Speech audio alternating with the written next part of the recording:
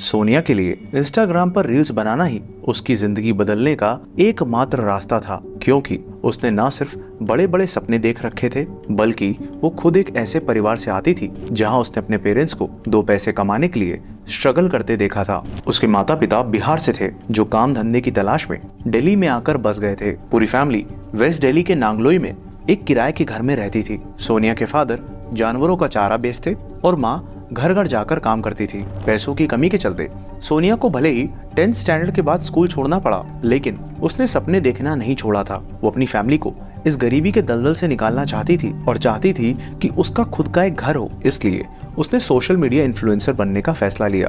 पढ़ाई छूटने के बाद उसने अपने कुछ सेविंग से एक स्मार्टफोन खरीदा और इंस्टाग्राम पर रील्स बनाना शुरू कर दिया। जब पेरेंट्स काम के लिए घर से चले जाते तो वो घर के सारे काम निपटाने के बाद दिन भर रील्स बनाती रहती। वो कॉन्फिडेंट थी कि अगर वो रेगुलरली कंटेंट अपलोड करती रहेगी तो एक दिन उसकी फॉलोइंग इतनी बढ़ जाएगी कि उसे पेड अपॉर्चुनिटीज मिलने लगेंगी। वो ऑफन अपने रील्स को शूट करने दिल्ली शहर के पॉपुलर स्पॉट्स जैसे कनॉट प्लेस पर भी जाती। इसके रिजल्ट्स भी उसे दिखने लगे जब उसकी फॉलोइंग बढ़ने लगी। इन सब के साथ उसने सिलाई का काम भी सीखना शुरू किया ताकि वो रील्स के लिए खुद के डिजाइनर कपड़े सिल सके। इन शॉर्ट, सोनिया और सोना को हर हाल में सोशल मीडिया इन्फ्लुएंसर बनना था और धीरे धीरे करके उसके 7,000 से भी ज्यादा फॉलोअर्स हो गए। लेकिन किस्मत को तो कुछ और ही मंजूर था। लगभग 1 साल पहले जब उसकी उम्र करीब 19 साल की रही होगी, तब उसकी जिंदगी में एक भूत आया और दोनों के बीच लव अफेयर शुरू हो गया। यह सो कॉल्ड भूत कोई पैरानॉर्मल मूवी वाला भूत नहीं, बल्कि उसका सीक्रेट बॉयफ्रेंड था, जिसे वो प्यार से भूत बुलाती थी। शुरुआत में तो सोनिया के घर वालों को इस नए शख्स के बारे में कोई खबर नहीं थी, लेकिन वक्त के साथ सोनिया ने अपने इस रिश्ते को धीरे धीरे दुनिया के सामने लाना शुरू कर दिया। इनफैक्ट अपने इंस्टा अकाउंट पर भी उसके साथ अपनी पिक्चर्स पोस्ट करना शुरू कर दी। सोनिया के नेचर में विजिबल चेंजेस दिखने लगे थे, जिसे उसकी बहन और माँ ने भांप लिया था। उनको ये खबर तो हो गई थी कि सोनिया किसी से प्यार तो करती है, लेकिन वो कौन है, कहाँ रहता है, क्या करता है, इसका अंदाजा उन्हें बिल्कुल भी नहीं था। और जब जब उन्होंने इस बारे में सोनिया से बात करने की कोशिश की तो उसने वही घिसा पिटा जवाब दिया कि उसका नाम भूत है। वो दिन दिन भर फोन पर बात करती, उसकी इंस्टा पोस्ट, रील, स्टोरी और फोन कांटेक्ट हर तरफ सिर्फ भूत नाम का जिक्र होता। लेकिन सोनिया के दिलो दिमाग में इस सो कॉल्ड लवर भूत का भूत सवार होना उसे एक दर्दनाक अंजाम की ओर ले जाने वाला था। अगस्त 2024, सोनिया की मां रजनी देवी ने नोटिस किया कि सोनिया ने घर से बाहर जाना अचानक से बंद कर दिया था। वरना यूं तो वो मुश्किल से ही घर में पूरा दिन टिकती थी, लेकिन अब वो फ्रीक्वेंटली बीमार भी पड़ने लगी थी। उसकी तबीयत और सिम्टम्स अनयूजुअल थे। इसलिए डाउट होने पर जब उन्होंने सोनिया का चेकअप करवाया तो रिपोर्ट ने उनके शक को यकीन में बदल दिया, क्योंकि उनकी मात्र 20 साल की बेटी सोनिया उस वक्त 5 मंथ्स प्रेग्नेंट थी। अब यहाँ से कहानी उस तरफ करवट लेने वाली है जिस तरफ अंजाम अच्छा नहीं है। इसलिए पहले समझते हैं सोनिया के इस लव अफेयर के बारे में। सोनिया ने 61 वीक्स यानी लगभग 15 महीने पहले ये स्टोरी लगाई थी, जिससे ये समझा जा सकता है कि लगभग इस दौरान ही उसकी मुलाकात इस लड़के से हुई थी। सोनिया ने लड़के का नाम संजू बताया था, जिसे वो प्यार से अपना भूत बुलाती थी। वो हरियाणा से बिलोंग करता था, लेकिन रेंट पर अपनी फैमिली के साथ सोनिया के घर के पास ही रहता था। दोनों की उम्र सिर्फ 19-20 साल की थी, लेकिन सोनिया प्यार में इस कदर पागल थी कि कुछ ही महीनों के इश्क में वो इस लड़के को अपना हस्बैंड मानने लगी थी। इनफैक्ट अक्टूबर 2024 को सोनिया प्रेगनेंसी के 7th मंथ में एंटर कर चुकी थी। उसने अपनी फैमिली में ओपन कर दिया था कि संजू ही इस बच्चे का पिता है और वो पूरी जिंदगी संजू के साथ बिताना चाहती है, क्योंकि उसने हर तरह से उसे अपना हस्बैंड मान लिया है। वहीं संजू ने सोनिया को बता रखा था कि भले ही वो अपने माँ बाप और बड़े भाई भाभी के साथ रहता है, लेकिन उन्होंने उसे बेदखल कर रखा है। डिलीवरी डेट नजदीक आ रही थी और सोनिया अपनी नई जिंदगी की शुरुआत के लिए एक्साइटेड थी। उसकी संजू से कोई शादी नहीं हुई थी, लेकिन फिर भी 20 अक्टूबर 2024 को उसने करवा चौथ का व्रत रखा था। उनकी इतनी कम उम्र की बेटी, जो ना सिर्फ शादी से पहले माँ बनने वाली है, बल्कि एक शादीशुदा लड़की की तरह एक्ट कर रही है, ये सब देखते हुए वो भी मजबूर थे। इसलिए उन्होंने आखिरकार उसके इस रिलेशन को एक्सेप्ट कर लिया था। करवा चौथ पूजा की नेक्स्ट डे यानी 21 अक्टूबर 2024 की सुबह 4 बजे सोनिया अपना सारा सामान पैक कर घर से निकल गई। जाते जाते वो अपनी बहन से ये बोलकर गई कि संजू की माँ उसे कभी एक्सेप्ट नहीं करेगी, इसलिए वो संजू के साथ अलग जाकर अपना घर बसाएगी। जब सुबह 5 बजे सोनिया की माँ रजनी देवी की आंख खुली तो उन्हें पता चला कि उनकी बेटी घर छोड़कर जा चुकी है। उन्होंने उसे कॉल की तो पहले फोन स्विच ऑफ आ रहा था और फिर कुछ घंटे बाद जब फोन उठा तो दूसरी तरफ से आवाज आई कि मैं संजू बोल रहा हूँ, तुम्हारी बेटी तुम सबसे नफरत करती है और वो किसी से भी बात करना नहीं चाहती। तुम लोग उसे बार बार फोन कर परेशान करना बंद करो। सोनिया की माँ रिक्वेस्ट करती कि आखिर ये बता दो कि मेरी बेटी कहाँ है, कैसी है, लेकिन वो बात करवाने से मना कर देता। पूरा दिन उनकी सोनिया से कांटेक्ट करने की कोशिश नाकाम हो गई। उसी रात 11 बजे जब सोनिया के भाई मनीष ने उसे फिर से कॉल किया तो संजू ने फिर से वही जवाब दिया, लेकिन इस बार मनीष को बैकग्राउंड में कुछ शोर सुनाई दे रहा था, मानो संजू के साथ कुछ लोग और भी हैं। तभी मनीष के कानों में कुछ ऐसा सुनाई पड़ा जिससे उसको एक बड़ी अनहोनी का इशारा मिला। मनीष ने संजू को किसी से बोलते हुए सुना, गड्ढा और गहरा खोदो।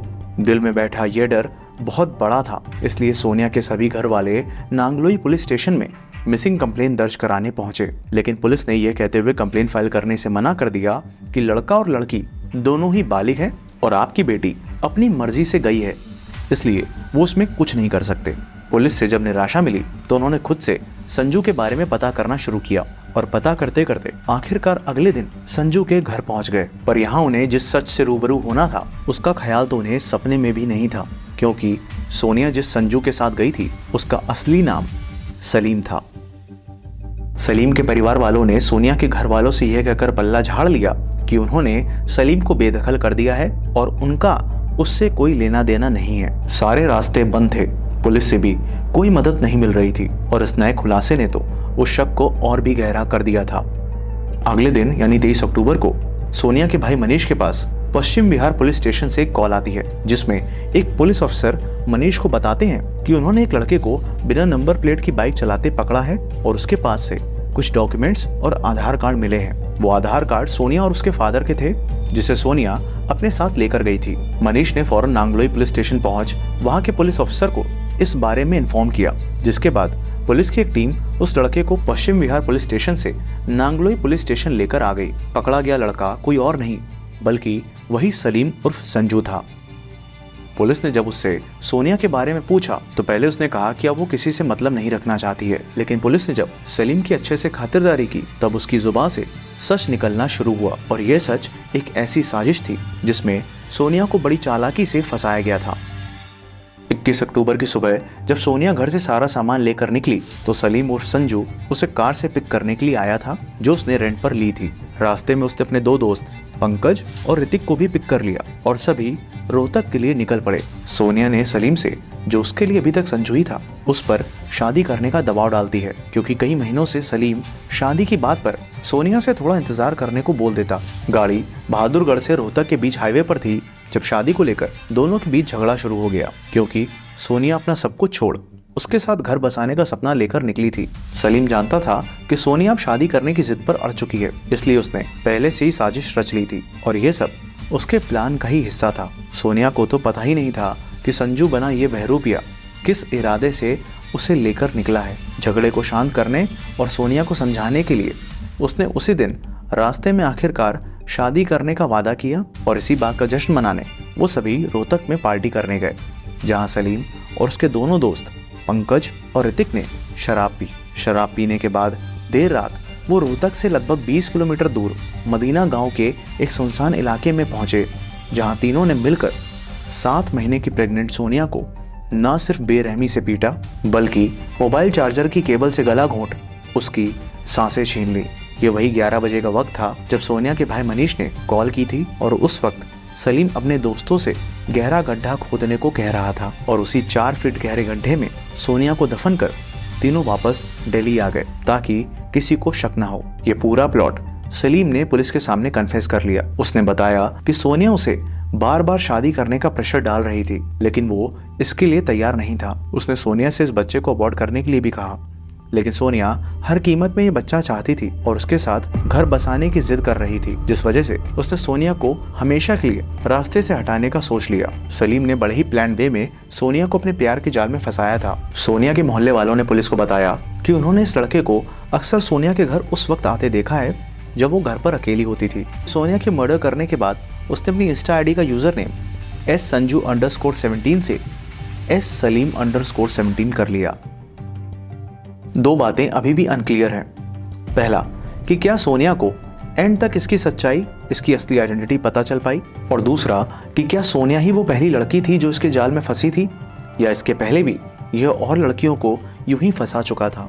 क्योंकि इसकी इंस्टा आईडी का अबाउट सेक्शन कहता है कि इसने यूजर नेम 10 बार बदले थे। सोनिया को जिस भूत से प्यार था वो वास्तव में एक शैतान ही निकला जिसे कभी भी उससे प्यार ही नहीं था। अनफॉर्चुनेटली काफ़ी कोशिश के बाद भी हमें बाकी 2 कल्प्रिट्स पंकज और ऋतिक की कोई पिक नहीं मिल पाई है। फिलहाल सभी मुजरिम अरेस्ट कर लिए गए हैं और सोनिया के घर वाले इस बात से हैरान हैं कि जिस सलीम के घर वाले कुछ दिन पहले तक अपने बेटे से संबंध ना होने, उसे बेदखल करने की बात कर रहे थे, आज वही सलीम को बचाने की पूरी कोशिश में लगे हैं। शायद सलीम ने बेदखली वाला ड्रामा इसलिए रचा ताकि सोनिया ना कभी उसके घर जा पाए और ना कभी वो उसकी असली पहचान जान सके। सोनिया आज इस दुनिया में नहीं है, लेकिन यह केस उन सभी लड़कियों के लिए एक सबक, एक सीख छोड़कर जाता है जो प्यार में आंख बंद कर अपना सब कुछ लुटाने को तैयार रहती है। ये ज़रूरी नहीं कि जो कनेक्शन आप महसूस कर रहे हो, जो इंटेंशन आपके दिल में हो, वही सामने वाले शख्स के अंदर हो। बड़ा आसान है आज के वक्त में कई नकाब ओढ़कर धोखा देना। इसका मतलब ये बिल्कुल भी नहीं है कि आप अपने आसपास सभी पर शक करने लग जाएं, लेकिन ये बेहद ज़रूरी है कि किसी रिश्ते में आगे बढ़ने से पहले थोड़ा ठहरें, थोड़ा वक्त लें, क्योंकि इन सब सिचुएशंस में वक्त ही आपका सबसे अच्छा दोस्त होता है। तो ये था आज का केस। अपना ख्याल रखें, मिलते हैं अगले केस के साथ।